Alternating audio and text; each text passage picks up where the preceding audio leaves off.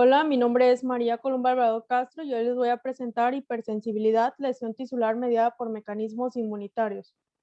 Bueno, como bien sabemos, las respuestas inmunitarias, normalmente protectoras, también pueden dañar a los tejidos. Las reacciones inmunitarias lesivas se agrupan bajo lo que es la hipersensibilidad y las enfermedades resultantes se denominan enfermedades por hipersensibilidad.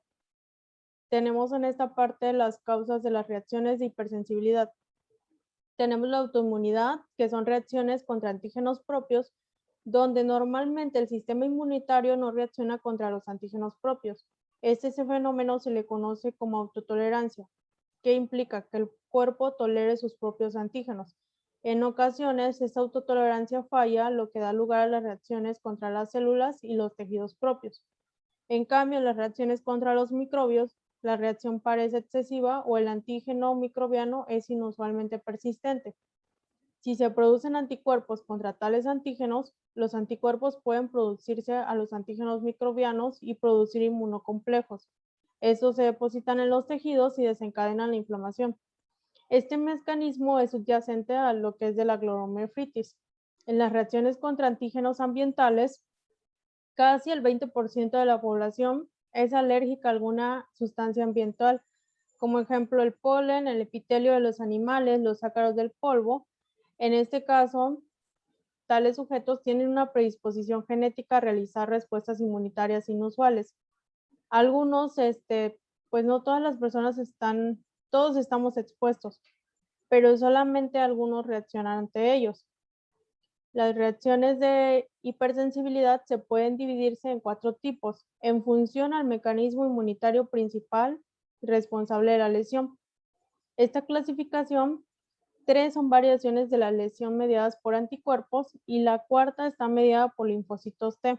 Tenemos la hipersensibilidad inmediata, la hipersensibilidad de trastornos mediados por anticuerpos, los trastornos mediados por inmunocomplejos y también los trastornos por hipersensibilidad mediados por linfocitos C, donde más adelante hablaremos cada una de ellas.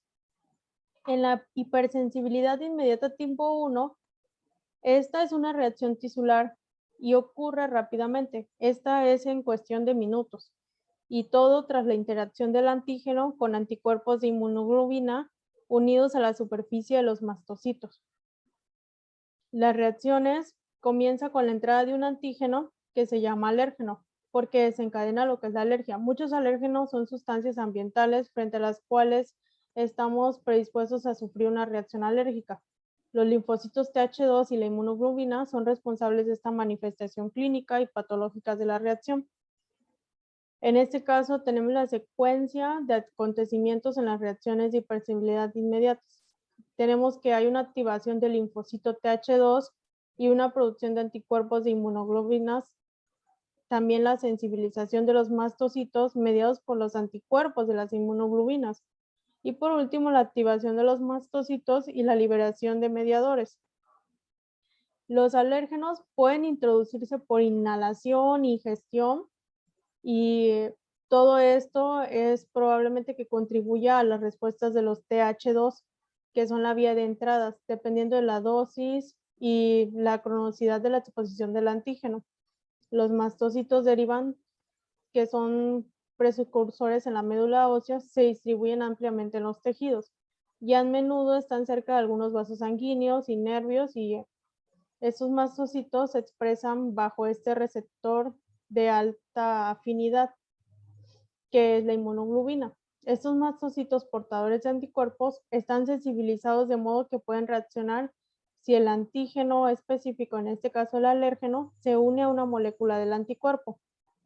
Los basófilos, que son células circulantes, se parecen mucho a lo que es el mastocito, porque también se expresan mediante un factor cristalizable.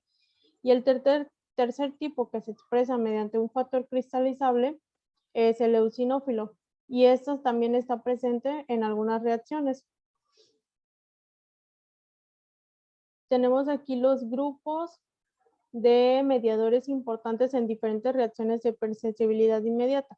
Las aminas vasoactivas, que son liberadas de los almacenes de los gránulos de los mastocitos contienen histamina. Esta se libera segundos a minutos después de la vía de activación. La histamina causa vasodilatación, aumento de la permeabilidad vascular, la contracción del músculo liso y también como la mayor secreción de moco. En el caso de los mediadores lípidos, estos son recién sintetizados. Los mastocitos sintetizan y secretan prostaglandinas, leucotrenos y por la misma vía que otros leucocitos. Las prostaglandinas D es el mediador más abundante de la vía de la ciclooxigenasa en los mastocitos. Producen un intenso broncoespasmo, así como el aumento de la secreción de moco. En el caso de las citocinas, la activación de los mastocitos da lugar a la síntesis y secreción de varias citocinas, que son importantes para la reacción de la fase tardía. Entre ellas está lo que es el factor de necrosis tumoral y las citocinas que reclutan y activan a estos leucocitos. Tenemos el desarrollo de la alergia. ¿Cómo es este desarrollo? Pues la predisposición a las reacciones de hipersensibilidad están determinadas por los genes. La mayor tendencia a subir reacciones de hipersensibilidad se denomina atopía. Las manifestaciones clínicas y patológicas se dan mediante una respuesta inmediata y una segunda reacción de fase tardía. En la primera fase, donde se estimula por el contenido del gránulo del mastocito, se caracteriza por una vasodilatación, una fuga vascular y un espasmo del músculo liso. Dura entre 5 a 30 minutos después de la exposición y esta desaparece a los 60 minutos. En la segunda fase, esta es estimulada por las citocinas y se suele establecer de 2 a 8 horas después de lo que es la exposición del alérgeno y puede durar varios días. Esta sí se caracteriza por inflamación, además como la destrucción tisular y el daño de algunas células epiteliales mucosas. Aquí tenemos ejemplos de trastornos causados por hipersensibilidad. Es decir, la mayoría de estas manifestaciones clínicas pueden ser locales o sistémicas y pueden ir desde una rinitis hasta una anafilaxia mortal, como por ejemplo el asma bronquial, que en este caso aparece también su manifestación clínica patológica, es la obstrucción de la vía respiratoria causada por la hiperactividad del músculo liso bronquial. Hay una inflamación y lesión tisular causada por las reacciones de fase tardía. Tenemos también alergias a los alimentos, las rinitis alérgicas y bueno, en este caso tenemos las enfermedades mediadas por anticuerpos. Estas son hipersensibilidad de tipo 2. Se deben a anticuerpos dirigidos contra antígenos diana, situados en las superficies de células y otros componentes tisulares. Los antígenos pueden ser moléculas normales intrínsecas a las membranas celulares o de la matriz extracelular y pueden estar absorbidos por antígenos exógenos. Aquí tenemos los mecanismos de cada uno de estos. A ver, los anticuerpos producen enfermedades al orientar las células hacia la fagocitosis. Activan el sistema del complemento o interfieren en las funciones celulares normales. En esta imagen tenemos la parte A, donde hay una ozonización y fagocitosis. Quiere decir que cuando las células circulantes, como los eritrocitos, las plaquetas, están cubiertas, es decir, ozonizadas con anticuerpos o conos y proteínas del complemento, las células se convierten en dianas para ser fagocitadas por los neutrófilos y los macrófagos. Estos fagocitos expresan receptores para las colas de su factor cristalizable de los anticuerpos IgG y para los productos de la proteína del complemento C3 usan estos receptores para unirse a partículas ozonizadas y las ingieren. Las células ozonizadas se suelen eliminar en el vaso y esta es la razón por la que tienen una utilidad clínica en algunas enfermedades mediadas por anticuerpos. Tenemos también la inflamación mediada por el complemento y el receptor del factor cristalizable. Los anticuerpos unidos a los antígenos se activan mediante el sistema de la vía clásica. Los productos de la activación del complemento realizan varias funciones y una es reclutar los neutrófilos y los monocitos. Esto induce a lo que provoque una inflamación en los tejidos. Los leucocitos también pueden activarse mediante la unión de sus ligandos de los receptores del factor cristalizable y reconocen a los anticuerpos unidos. La inflamación mediada El de los anticuerpos es responsable de la lesión tisular en algunas formas de glomerulonefritis. Hay un rechazo vascular en injertos de órganos y algunas otras enfermedades. Y por último, en la difusión celular mediada por anticuerpos, estos están dirigidos contra una proteína del huésped, entorpecen o alteran la regulación importante y no causan ninguna lesión ni inflamación celular. Los anticuerpos también pueden estimular respuestas celulares excesivas. En este caso, los anticuerpos contra los receptores para la acetilcolina en las placas motoras de los músculos esqueléticos inhiben la transmisión neuromuscular con la debilidad muscular restante. Aquí tenemos las enfermedades mediadas por anticuerpos. Un ejemplo de ello es la enfermedad hemolítica, la vasculitis causada, la fiebre reumática aguda. Todos estos son ejemplos de enfermedades de hipersensibilidad tipo 2. Tenemos el antígeno Diana, los mecanismos de la enfermedad y también su manifestación clínica patológica.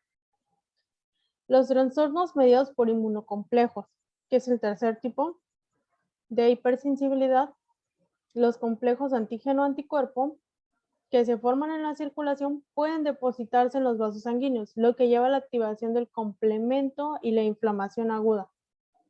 En este caso, tenemos las enfermedades sistémicas por inmunocomplejos. Un ejemplo es la enfermedad del suero aguda, que ese es un prototipo de enfermedad sistémica, ya que en algún momento fue secuela frecuente la administración de grandes cantidades de sueros extraños. Por ejemplo, el suero procedente de los caballos que eran inmunizados para proteger contra la enfermedad de la difteria. En los tiempos modernos, pues actualmente esta enfermedad es muy poco frecuente y hay otros tipos de tratamientos. Tenemos también la formación de inmunocomplejos, donde la introducción de un antígeno proteico desencadena una respuesta inmunitaria y da a nuevo lugar a nuevos anticuerpos, habitualmente una semana después de la inyección de la proteína. Esos anticuerpos secretan sangre y reaccionan en el antígeno aún presente en la circulación y forman complejos de antígeno-cuerpo. En el depósito de inmunocomplejos, el complemento es mediada por inmunocomplejos y hay una lesión tisular. En la siguiente fase, los complejos antígeno-anticuerpo se depositan en varios tejidos, en general los complejos de tamaño intermedio que se forman cuando el antígeno está en exceso de los demás patógenos. En el caso de la inflamación y lesión tisular, inician una reacción inflamatoria aguda a través de la activación del complemento y su unión a receptores del fragmento cristalizable de los leucocitos. Los anticuerpos suelen ser IgG o IgM y pueden detectarse en el depósito de las proteínas. Esta fase dura alrededor de 10 días y es después de la administración del antígeno aparecen las manifestaciones clínicas, como la fiebre, el dolor articular, la alergia y el aumento también de los ganglios linfáticos. Tenemos aquí ejemplos de enfermedades causadas por los inmunocomplejos. Tenemos el lupus eritematoso, tenemos la glomerulonefritis, la artritis reactiva y, como les mencionaba anteriormente, la enfermedad del suero, donde el antígeno implicado es por varias proteínas, ejemplo, las proteínas de sueros extraños o incluso la globulina antihemolítica equina, que era por los caballos, y las manifestaciones clínico-patológicas serían la artritis, la vasculitis y la nefritis. Tenemos también las enfermedades mediadas por linfocitos T. Estos son de hipersensibilidad de tipo 4. Bueno, en este caso se debe que varios trastornos autoinmunitarios, así como las reacciones patológicas frente a sustancias químicas ambientales y microbios persistentes, son mediados por linfocitos T. Los dos tipos de reacciones de linfocitos T que pueden causar lesión tisular y alguna enfermedad son mediante una inflamación mediada por linfocitos TCD4 y por la citotoxicidad mediada por linfocitos TCD8. En el caso de las TCD4, las citocinas son producidas por linfocitos T. Inducen una inflamación que puede ser crónica y destructiva. El prototipo de inflamación mediada por linfocito T es la de hipersensibilidad de tipo retardado. Hay una reacción tisular en los antígenos administrados y esta puede tener una reacción cutánea detectable de 24 a 48 horas. En el caso de los TCD8, en este tipo de reacción es mediada por los linfocitos T. Los LTC que matan a las células diana se expresan en el antígeno. Y estos linfocitos T citotóxicos pueden ser un componente importante de algunas enfermedades, como en el caso de la diabetes tipo 1. Aquí tenemos ejemplos de enfermedades mediadas por los linfocitos T. Algunos de ellos son la artritis reumatoide, la diabetes mellitus tipo 1, donde la especificidad de los linfocitos T son que algunas células beta de hístoles pancreáticos, como la insulina, el ácido glutámico. Las principales lesiones de mecanismo celular en el caso de la diabetes mellitus tipo 1 es que la inflamación está mediada por linfocitos T, por la destrucción de las células hístoles, por los linfocitos T citotóxicos. Y las manifestaciones clínico-patológicas es la insulitis, que es la inflamación crónica en los islotes, que es la destrucción de las células beta y provoca lo que es la diabetes. Tenemos también la sensibilidad de contacto, la enfermedad inflamatoria intestinal, y así ahí tenemos el ejemplo de varias. Tenemos enfermedades autoinmunitarias. Bueno, en este caso, autoinmunidad se refiere a las reacciones inmunitarias contra antígenos, es decir, los propios. Tenemos específicas de órgano y sistémicas. En este caso, las respuestas inmunitarias se dirigen contra un órgano o otro tipo de célula en particular y dan a lo que es una lesión tisular localizada o sistémica. En las enfermedades sistémicas, estas son dadas por inmunocomplejos y autoanticuerpos. Las lesiones no afectan principalmente a lo que son los tejidos conjuntivos y los vasos sanguíneos de los órganos afectados. Estas se llevan a cabo en lo que es enfermedades del tejido conjuntivo y más que nada las personas normales no responden o toleran a sus propios antígenos y la autoinmunidad se debe a un fracaso de autotolerancia. Aquí tenemos los ejemplos de enfermedades autoinmunitarias. Tenemos la anemia hemolítica inmunitaria. Algunas enfermedades graves es un síndrome de Gotts-Foster o las enfermedades mediadas por linfocitos T, como la diabetes mellitus tipo 1, la esclerosis múltiple y también enfermedades de posible mecanismo autoinmunitario, como las enfermedades inflamatorias intestinales, como la de Crohn o la colitis ulcerosa. La tolerancia inmunitaria. Bueno, es un estado de falta de respuesta frente a un antígeno y se induce mediante la exposición de linfocitos específicos a ese antígeno.